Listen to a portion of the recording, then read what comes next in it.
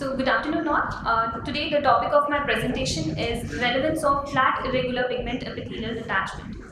So we all know that retinal pigment epithelial detachment is the separation of the retinal pigment epithelial layer from the inner collagenous layer of the Bruch's membrane and has been classified into drusenoid, serous and fibrovascular or hemorrhagic PEDs. But the newer entity, that is the flat irregular PED, is basically an irregular elevation of RP which allows visualization of the Bruch's membrane on OCT. Now it has been found out to be strongly associated with type 1 CNVM, especially in cases of chronic CSCR, and that can be assessed on OCTA. So we have classified, the classification of FPAD is based on OCTA into avascular FPAD and vascular FPAD. Avascular FPAD is hyporeflective and also has no flow inside on OCTA, whereas vascular FPAD will have hyperreflective inner content with hyperflow on OCTA. And also based on location, it can be either fovea involving or fovea sparing. The pathogenesis remains unclear. However, there are few hypotheses which has been proposed, like there is increase in the VEGF level in the sub-RP area because of choroidal hyperperfusion, vascular dilation and RP abnormality, which results in formation of CNV. Other explanation is that there is a compensatory response to the outer retinal ischemia, which happens because of long-standing SRF in chronic CSCR. So imaging characteristic have classified into avascular and vascular. Like on OCT, the avascular FPAD will have the smaller maximum width as compared to vascular FPAD. The sub-RP will be less thicker as compared to vascular FPAD. There will be lesser RP aggregation. The subfoveal choroidal thickness and choroidal area will be higher in case of avascular FPAD, and the choroidal vascular index will be lower in case of avascular FPAD.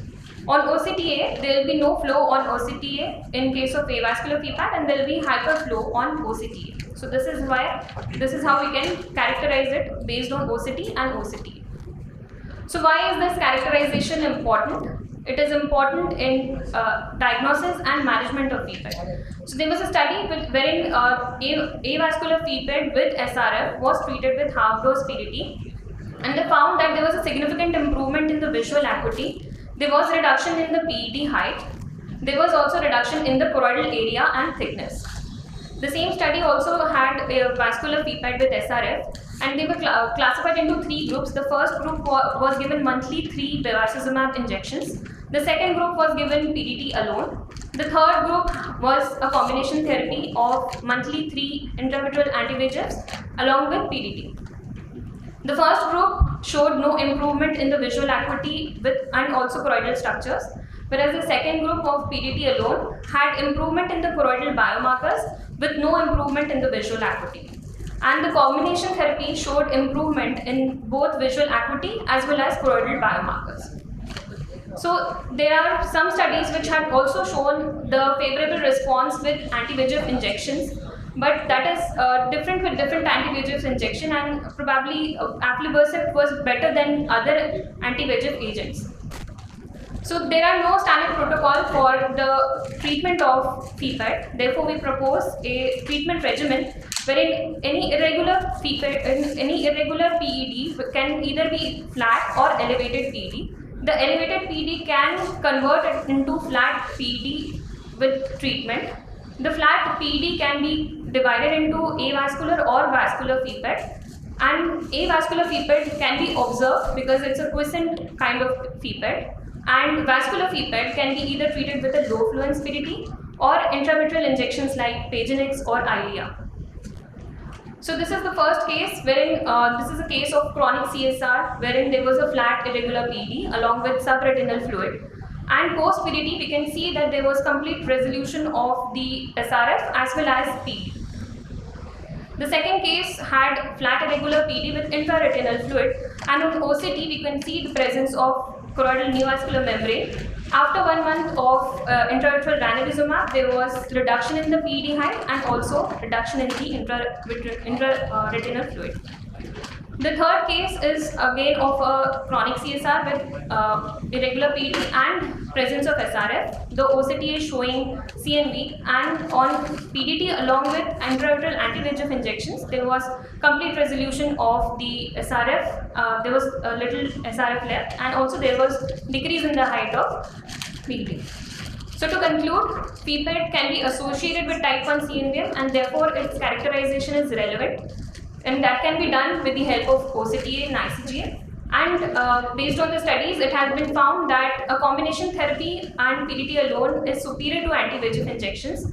However, because of non-availability of PDT, we can use anti-VEGF injections like Eylea or Pagenex, which has better penetrability and lower molecular weight, which can help in reduction of the treatment of FP201. Thank you. ANUJA, good study. What is the criteria? You divide into 3 groups, and one group versus another group PDT, another third group combination. What is the criteria by which you divide into 3 groups? So it was basically to look after the effect of 3 different treatment modalities. So one of the group, we wanted to see whether the PDT was better, or the second group wherein only anti-VEGF injection was given, whether that okay, agreed. It is a random or what's the criteria by which you divide the patient into 3? So it was randomly. Not patient choice or nothing. Randomly. You are not denying any benefit for the patient, because when you are given injection alone, you are denying the advantage of combination therapy. That's why you are asking.